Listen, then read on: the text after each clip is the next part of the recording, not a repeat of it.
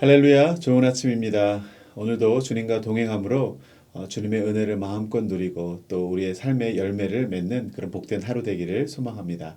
우리 다 함께 찬송가 266장 주의 피로 이룬 샘물을 찬송하시면서 2월 10일 가정에서 함께하는 새벽 예배를 시작하겠습니다.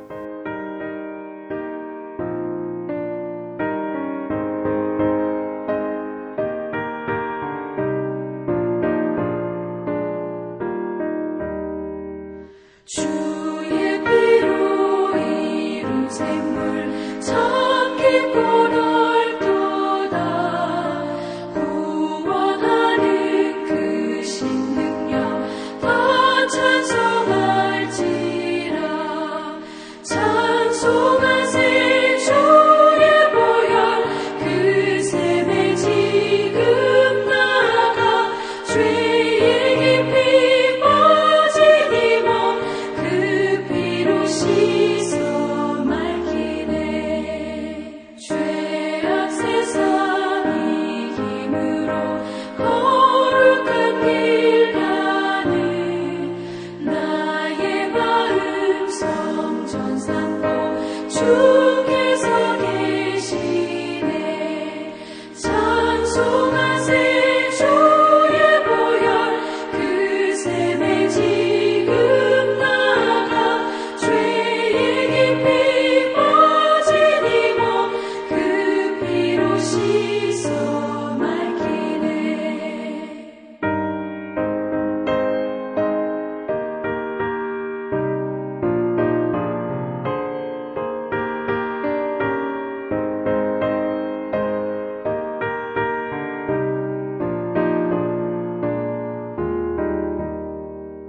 주 예수를 깊이 아는 놀라운 은혜 하늘나라 즐거움이 매일 새롭도다. 찬송하세 주의 보혈 그 샘에 지금 나가 죄의 깊이 빠진 이 몸 그 피로 씻어 맑히네.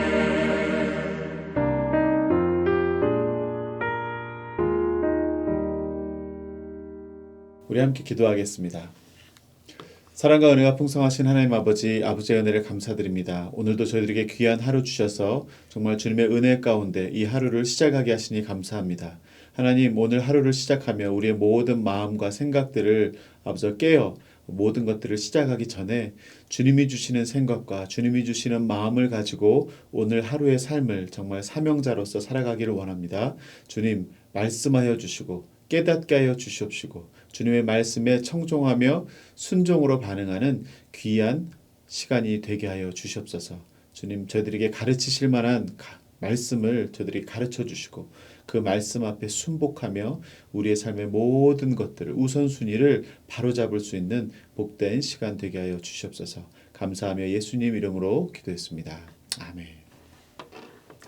오늘 우리에게 주시는 하나님의 말씀 함께 보도록 하겠습니다. 하나님 말씀은 누가복음 20장 9절에서 19절의 말씀입니다. 저와 여러분이 한 절씩 천천히 교독하시도록 하겠습니다. 제가 먼저 읽습니다. 그가 또 이 비유로 백성에게 말씀하시기를 시작하시니라.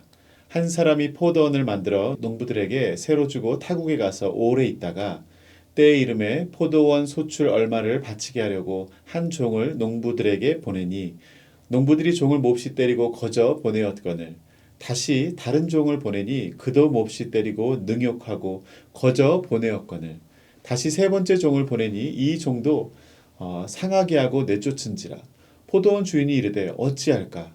내 사랑하는 아들을 보내리니 그들이 혹 그는 존대하리라 하였더니 농부들이 그를 보고 서로 의논하여 이르되 이는 상속자니 죽이고 그 유산을 우리의 것으로 만들자 하고 포도원 밖에 내쫓아 죽였느니라. 그런즉 포도원 주인이 이 사람들을 어떻게 하겠느냐? 와서 그 농부들을 진멸하고 포도원을 다른 사람들에게 주리라 하시니 사람들이 듣고 이르되 그렇게 되지 말아지이다 하거늘 그들에게 보시며 이르시되 그러면 기록된 바 건축자들의 버린 돌이 모퉁이의 머릿돌이 되었느니라 함이 어찌미냐. 무릇 이 돌 위에 떨어지는 자는 깨어지겠고 이 돌이 사람 위에 떨어지면 그를 가루로 만들어 흩으리라 하시니라. 서기관들과 대제사장들이 예수의 이 비유는 자기들을 가리켜 말씀하심인 줄 알고 즉시 잡고자 하되 백성을 두려워하더라. 아멘. 우리가 오늘 읽으신 이 본문은요, 우리가 너무나 잘 알고 있는 포도원 농부들에 대한 비유입니다. 오늘 말씀을 잘 이해하기 위해서는 유대인들에게 왜 예수님께서 이 포도원의 비유로 이야기를 하고 계신지를 우리가 잘 알아야 합니다. 그만한 이유가 있으셨기 때문이죠. 통상적으로 유대인들에게 이 포도원이나 포도나무는요, 이스라엘 그 자체를 상징합니다. 이스라엘 민족을 상징하는 것이죠. 그래서 예수님께서는 포도원에 대한 비유를 통해서 이 포도원의 주인은 하나님, 그리고 포도원을 맡은 농부들은 유대 지도자들, 그리고 포도원 주인의 아들은 예수님 자신임을 비유하면서 이 이야기를 해나가고 있는 것입니다. 오늘 본문 말씀 14절 15절에 보면 이렇게 나옵니다. 농부들이 그를 보고 서로 의논하여 이르되 이는 상속자니 죽이고 그 유산을 우리의 것으로 만들자 하고 포도원 밖에 내쫓아 죽였느니라. 오늘 본문에 나오는 포도원 농부들의 모습이 어떻습니까? 어떤 한 사람이 포도원을 만들어 놓고 농부들에게 그걸 세를 주었다고 했습니다.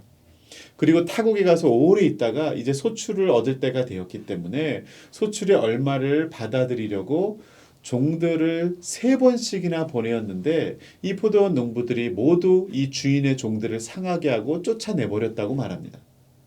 우리의 상식으로는 이해가 되지 않는 부분이 있어요. 일단 포도원의 농부들이 자신들이 주인이 아니잖아요. 그리고 세를 얻어서 소작농으로 농사를 짓고 있는 사람들인데 어떻게 주인이 타국에 머물면서 농부들의 눈에 보이지 않는다고 해서 마치 포도원의 주인이 없는 것처럼 이렇게 행동할 수 있을까요? 이게 상식적인 행동일까요? 예수님의 그 이 비유 속에 나오는 농부들은요, 마치 타국으로 간 주인은 영영 자신들의 눈앞에 나타나지 않을 거라고 이렇게 착각하고 있는 것 같습니다. 우리가 잘 알고 있듯이 머리만 숨는 꿩이라는 그런 비유가 있습니다. 왜냐하면 여러분들이 잘 아는 이 꿩은요, 성질이 굉장히 급해가지고 깜짝 놀라고 위협을 느끼면 아무 곳이나 도망가다가 그냥 자신의 머리를 탁 쳐박고 숨는 습성이 있다고 합니다. 자신들의 눈에 안 보이면 자신들의 안전하다고 생각하는 이 꿩이나 이 포도원 농부들이나 크게 다르지 않은 것 같아요. 주인이 먼 타국 땅에 갔다고 해서 돌아오지 않는 게 아닌데, 주인이 없는 게 아닌데 눈에 보이지 않으니 마치 없다고 착각하면서 이렇게 비상식적인 것 같은 행동들을 하고 있다는 것이죠. 그런데 이런 모습이 죄인인 인간들이 지니고 있는 전형적인 연약함이자 한계입니다. 우리의 삶 속에도요, 이렇게 불의한 이런 농부들의 모습과 크게 다르지 않은 어리석음이 매일매일 반복되고 있다는 것입니다. 마치 하나님의 나라는 영원히 오지 않을 것처럼 이 순간에만 충실하고요. 또 마치 내 눈에 보이는 이 세상이 나의 것인 양, 이게 전부인 양 살아갈 때가 얼마나 많은지 모르겠습니다. 그리고 포도원 농부들의 이 완악함에도 우리는 꼭 주목해야 합니다. 교묘한 방법으로 포도원 주인의 종을 때리고 능욕하고 결국에는 포도원의 주인의 아들까지 죽여버리는 이런 모습에서 자신들의 소유가 아니라 청지기로 맡겨진 그 권리임에도 불구하고 이것을 자신의 것으로 착각하고 또 뺏기지 않기 위해서 그 지켜내기 위해서 어떠한 죄악도 서슴지 않는 이 농부들의 모습을 통해서 그 당시의 종교적인 기득권과 그들의 신앙적 관습을 포기하지 않으려는 유대 지도자들의 모습을 예수님께서는 꼬집고 계신 것입니다. 13절 말씀에 이렇게 말합니다. 포도원 주인이 이르되 어찌할까 내 사랑하는 아들을 보내리니 그들이 혹 그는 존대하리라 하였더니 100% 확신하는 것은 아니에요. 혹이에요. 혹. 종들을 보낼 때마다 종들이 상하고 모두 능욕을 당하고 돌아왔지만 이 포도원 주인은 포기하지 않는 모습을 보여주고 있습니다. 포도원 농부들에게 분노하기보단 포도원을 자신의 소유로 만들 수 있다고 착각하는 모습에 안타까워하면서 왜 그랬을까? 혹 내 아들을 보내면 달라지겠지 라고 계속적으로 그들에게 관용하고 또 용서의 기회를 주시는 이 포도원의 주인의 모습을 통해서 우리 하나님 아버지의 마음을 깨닫게 됩니다. 누구도 부인할 수 없는 주인의 혈육의 아들을 보내면 농부들이 이젠 뉘우치고 깨닫지 않을까? 하나님은 고민하고 계신 것입니다. 그러나 포도원 주인의 아들이 상속자임을 알고 이젠 더 결정적으로 종들을 능욕하는 수준이 아니라 이제 저 하나밖에 없는 저 상속자를 죽이면 진짜 내 것이 되지 않을까? 상속자가 문제가 아니라 주인이 있잖아요. 여전히 주인이 버젓이 살아있는데 상속자만 없애면 이 모든 소유가 자신의 것이 될 것이라는 생각은 어디서 하는 것인지 모르겠어요. 예수님을 죽이고 이스라엘을 차지하려고 하는 그 행동도 한마디로 반역이고 죄악 중에 죄악임을 우리는 깨닫게 됩니다. 포도원 농부들이나 그 당시에 예수님께서 오셔서 하나님의 나라를 전했지만 그것을 받아들이지 않고 그들의 신앙적인 종교적인 기득권을 지키려 급급한 그 유대 지도자들을 예수님께서는 비유하시며 지적하고 계신 것입니다. 마지막 16절에서 이렇게 말합니다. 와서 그 농부들을 진멸하고 포도원을 다른 사람들에게 주리라 하시니. 하나님을 향해 반역하는 농부들에 대한 포도원 주인의 심판은 너무나 명료합니다. 종이나 아들이 아니라 포도원 주인이 직접 와서 그 농부들을 심판하고 포도원은 다른 사람들에게 이제 주게 될 것이라는 것입니다. 상속자가 없으면 농부들이 차지하는 것이 아니고 농부들은 소유를 모두 잃어버리고 맡겨주는 청지기의 집까지도 박탈된다는 것이죠. 포도원을 맡게 될 다른 사람이라는 것이 무엇입니까? 이스라엘의 기득권을 지키기에 급급하고 메시아를 외면한 종교 지도자들에게 맡겨지지 않고 이젠 새로운 자들에게 그 하나님 나라의 영광이 맡겨지게 될 것이라는 것입니다.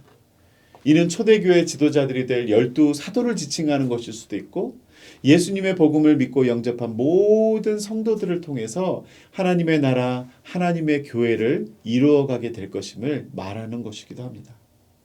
하나님은 오래 참는 분이지만 종을 1명, 2명, 3명 보낼 때까지도 참고 아들까지 보내주시는 분이지만 영원히 참는 분은 아님을 우리는 명심해야 합니다. 반드시 우리 모든 행동에는 심판의 때가 있다는 것입니다.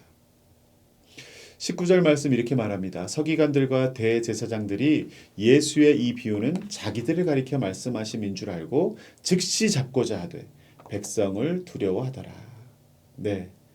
마지막으로 이 예수님의 비유의 말씀은 서기관들과 대제사장들의 반응을 우리가 한번 살펴봐야 됩니다. 예수님의 비유가 어떤 의미인지 알았다는 겁니까? 아니면 깨닫지 못했다는 것입니까? 똑똑한 지도자들이었으니까 분명히 알아들었고 그 포도원 농부들이 불의한 자기 자신들을 지칭하는 것임을 알아들었습니다. 그런데 이 비유의 말씀을 듣고도 보여준 그들의 반응은 회개가 아니라 예수님을 잡아 죽이려는 것이었고 그것조차 자신들의 기득권을 지키기 위해서 예수님보다 하나님보다 군중을 더 무서워해서 행동으로 옮기지는 못했지만 정말 상속자만 죽이면 다 내 것이 될 수 있다고 착각하는 그 포도원의 농부들하고 똑같은 모습을 유대교 지도자들이 서기관과 대제사장들이 보여주고 있는 것입니다. 말씀을 맺겠습니다. 누가복음에 나오는 이 하나님 나라에 대한 비유를 묵상하면서 이러한 질문을 던져볼 수 있겠어요. 종교에 헌신하고 있는가? 아니면 하나님 나라에 헌신하고 있는가? 우리가 오랜 신앙생활로 덕지덕지 끼어버린 이 신앙의 관습과 기득권들이 이미 임재한 하나님 나라의 영광스러운 진리와 은혜를 누리는데 방해물이 되고 있지 않은지 돌아보길 원합니다. 또한 오랜 신앙생활 속에서 마치 종들을 능욕하는 것처럼 복음의 메시지들을 한 귀로 듣고 한 귀로 흘려보내며 복음을 능욕하고 내가 듣고 싶은 것, 내가 따르고 싶은 것들만 골라서 선택적으로 살아가고 있지는 않습니까? 예수님께서는 진리를 외치는 선지자적인 사명도 감당하셨지만 묵묵히 참고 인내하며 사랑으로 그들에게 다가가 회개의 기회를 주셨던 이런 제사장적인 사명도 감당하셨습니다. 우리도 오랜 신앙생활로 다른 이들을 지적하고 정죄하고 판단하는 일에만 몰두하다가 정작 영혼을 사랑하지 못하고 내 영혼도 강팍하게 메마르게 되는 그런 우를 범하지 않기를 원합니다. 오늘 하루도 종교인으로 살아가면서 거룩의 모양만 채워가는 것이 아니라 하나님 나라의 백성으로 풍성한 은혜와 사랑의 도를 깨달아 이 사랑의 열매를 맺어가는 오늘 하루가 되기를 소원합니다. 내 의지와 내 욕심을 채우며 살아가는 하루가 아니라 하나님의 마음을 헤아리고 하나님 아버지의 마음을 시원케 해드리는 이 하루가 될 수 있기를 주님의 이름으로 축원합니다. 기도하겠습니다. 하나님 감사합니다. 오늘도 우리에게 말씀을 통해 깨닫게 하시니 감사합니다. 하나님, 포도원을 맡겨주셨을 뿐인데 포도원을 마치 내 것이 될 수 있다고 착각하고 주인의 종들을 능욕하고 또 주인의 상속자까지도 죽여버리는 이 완악함을 우리들의 삶 속에서 돌아보기를 원합니다. 주님은 우리에게 모든 것들을 누릴 수 있도록 많은 것들을 베푸셨고 허락하셨지만 그것이 내 것이 아니요 주님께로부터 온 것임을 우리가 한순간도 잊지 않게 도와주시고 또한 주님께서 우리에게 주님 그 받은 은혜에 대하여 주님 반응하기를 원하실 때에 정말 오히려 내 모든 신앙의 관습들을 지키기 위해 변화를 꺼리고 주님의 복음을 한 귀로 듣고 한 귀로 흘려버리는 인생이 아니라 주님 순간순간 순종함으로 아멘으로 반응하며 내 삶의 모든 것들 기득권을 포기하고 주님이 주시는 날마다 부어주시는 새로운 은혜의 주인공이 될 수 있도록 우리의 삶을 인도하여 주시옵소서. 오늘도 주님과 함께 동행하며 승리하고 또 축복 가운데 살아가는 하루가 될 수 있기를 간절히 소원하옵고 존귀하신 예수님의 이름으로 기도했습니다. 아멘. 이제 각자의 기도 제목을 가지고 주님 앞으로 나아가도록 하겠습니다.